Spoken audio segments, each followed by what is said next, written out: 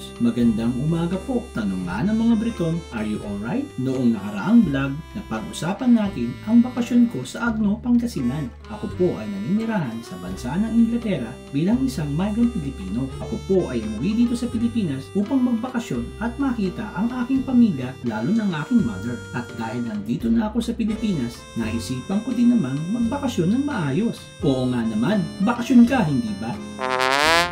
Buti na lang, ako ay naimbitahan ng isang kaibigan dito sa UK na isa ding Pinoy na si Master Ugto. Kaya ako nagawi sa bayan ng Agno, Pangasinan. Kasi dun siya nakatira. Sakto naman, halos nagkasabay kami ng holiday. Kaya pumunta na din ako. Ayos, may sponsor ka naman pala. Makakalibre ka.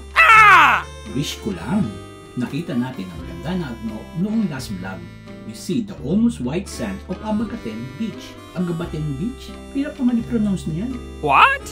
Ang ganda ng karagatan doon at feel mo na isa pa ding probinsya ang bayan ng Agno. Nagpunta din tayo sa main tourist spot ng Agno, ang Umbrella Rocks, which are natural rock formation located along the coast of Sabangan Beach. These unique mushroom-shaped rocks have been shaped by years of erosion caused by the wind and waves, giving them their umbrella-like appearance. Hindi ba napakaganda niyan? Oo nga, ang ganda ng Umbrella Rocks.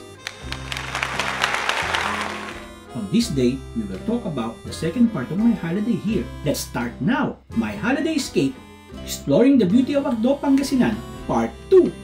Kinabukasan, pagising namin, we came back to the beach where we first swim. Dito sa place ni Manang Julie's Cottages na nasa area ng Abagaten Beach. Alam ba ninyo na may maliit na kuweba dito? Ito na yun. Tara na at pasukin natin. Tama-tama at dala ko yung Akaso camera ko na may casing na waterproof.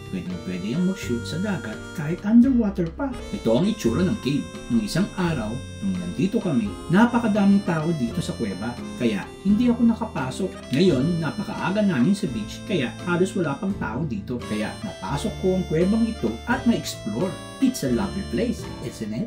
It's a lovely place, isn't it? Briton na.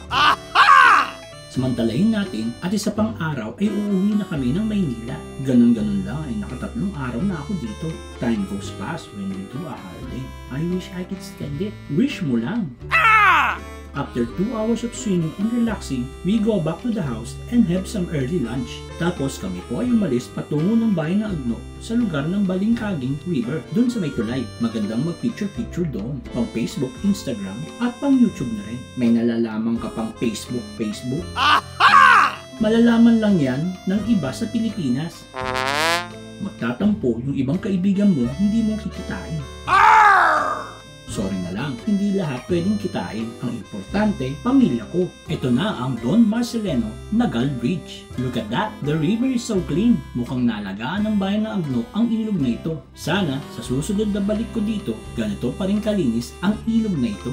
Sana nga. Ito na, picture-picture muna kami. Ayos ang mga kuha namin diyan sa bridge. Parang pang Instagram, hindi ba? Ayos ang slim mo dyan. Tayo na. Ngayon, itong pupuntahan namin ay talagang nagulat ako. Napawaw talaga ako. Here it comes. Wala nga mga signages. At look, lubak-lubak pa ang mga daan. Kawawa naman si Kopi. Rough road. Oh no! We need to stop here and hike for 10 minutes. Kayang-kaya ko lang yan. Hiking ba? Sanay naman ako sa hiking sa UK. Mainit dyan sa Pilipinas. Sa UK malamig. Oh no! Patay ka sa hiking ngayon. Ito na, hinihingal na ako at pawis na pawis. Patay kang bata ka! Shut up! Look at this place, our marvelous destination here in Agno, Pangasinan. This is the Bangol Crags along the Alolan Beach. According to cpangasinan.com, this is a reminiscent of a scenery from an Irish cliffside. It is a picturesque site where visitors can handle a cinematic shot featuring sight of the smashing waves or endless of the sea. It is a romantic spot where anyone can watch the sunset and appreciate what nature has to offer. Look at this spot, napapawaw ka na lang. Grabe yung cliffside. Nakakatakot naman yan, mukhang mahuhulog ka. Help? Picture-picture muna tayo.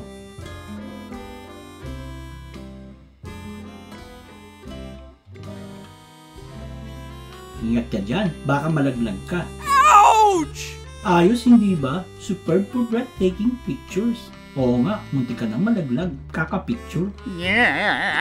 Okay na tayo dito. Babalik na kami sa bayan. As usual, hiking ulit to Rock Room. Dumaan muna kami sa Aloling Beach. Okay din naman at tahimik. Maganda din at white sand. Wala nga lang tao dito. On our way to the town, we passed by Ugtos Farm. Ito ang mga alaga niya. Yan, may mga kambing din. Gusto ko niyan. Farm! Eto, dumaan kami ng munisipyo ng Agno. Eto siya, ayos din naman ang mga building nila. Sa paligid nito, makikita natin ang ilan sa mga old houses here na mukhang panahon pa ng mga Kastila at Amerikano. At kami po ay tumuloy naman sa pinakamatandang simbahan dito sa Agno, ang St. Catherine of Alexandria Parish Church. According to the cpangasinan.com, the St. Catherine of Alexandria Parish Church was constructed in 1834 and is one of the oldest churches in Pangasinan. It is adorned with an image of St. Catherine of Alexandria in the middle of its outer facade and houses a two-tiered retablo as well as stained glasses with an art of depicting the life of Jesus Christ. A convent constructed in 1845 stands adjacent to the church. Historical site? Nice! Yes! At pagkatapos dito, dumaan kami sa office ng Vice Mayor. Siya po ay kaibigan ni Ugto. Magbibigay lang kami ng respeto. Siya po ay ang Municipal Vice Mayor ng Agno na si Jonathan G. Doramal. Thank you po Vice for giving us time.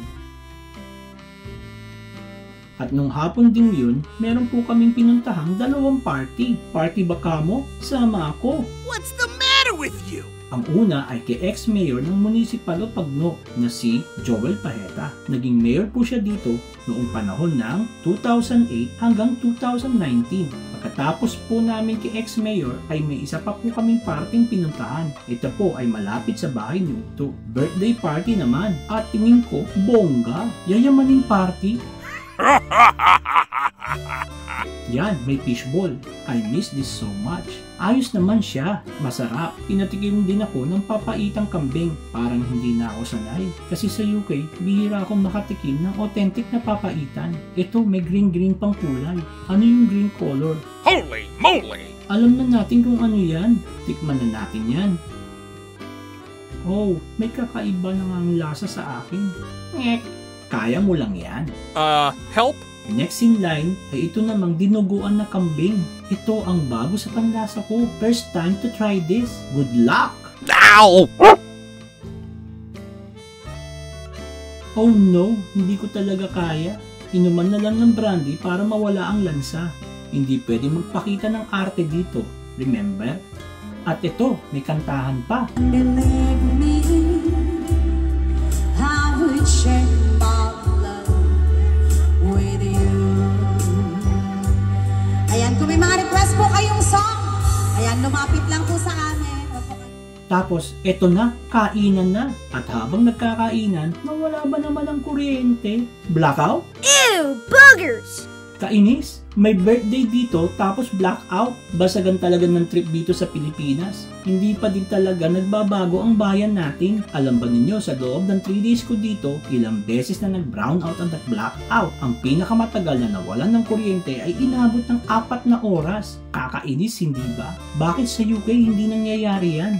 Noong 2008, yan na ang iniwan ko at ngayong bumalik ako, yan naman din ang dinatnan ko. Taas-taas ng mga bill sa kuryente, tapos ang serbisyo, palpak. Puso mo, relax ka lang. Who, me? Well, the best thing in this party is the food. Huwag lang yung dinuguang kambing. Ako, ayaw ko din yan. Ito pa ang the best dito dahil sa blackout. Kitang-kita mo ang mga lightning storm dito sa karagatan ng Agno. See? Magnificent, right? Yes! Holy moly! Dito na po kami uuwi at magpapahinga for the rest of the night. Kakapagod din palang gumala dito sa Pilipinas. Pero enjoy naman. Sa susunod na biyahe natin, tayo po naman ay pupunta ng Alaminos, Pangasinan, where this is the home of the fantastic 100 Islands of the Philippines. Lubos-lubusin na natin. Kaya nga, bakasyon, di ba? Magastos na yan. Oh, come on! Gaya nga po ng sabi ni Robert Louis Stevenson, who was a Scottish novelist, essayist, poet, and travel writer. He is best well known for the works such as Treasure Island, Strange Case of Dr. Jekyll and Mr. Hyde, Kidnapped in a Child Garden of Verses, I travel not to go anywhere, but to go. I travel for travel's sake. The great affair is to move. For the way it goes. My name is Paul. I live here in the UK for 15 years. Wow! 15 years ka na? Inuugat ka na pala dyan. Oh, man!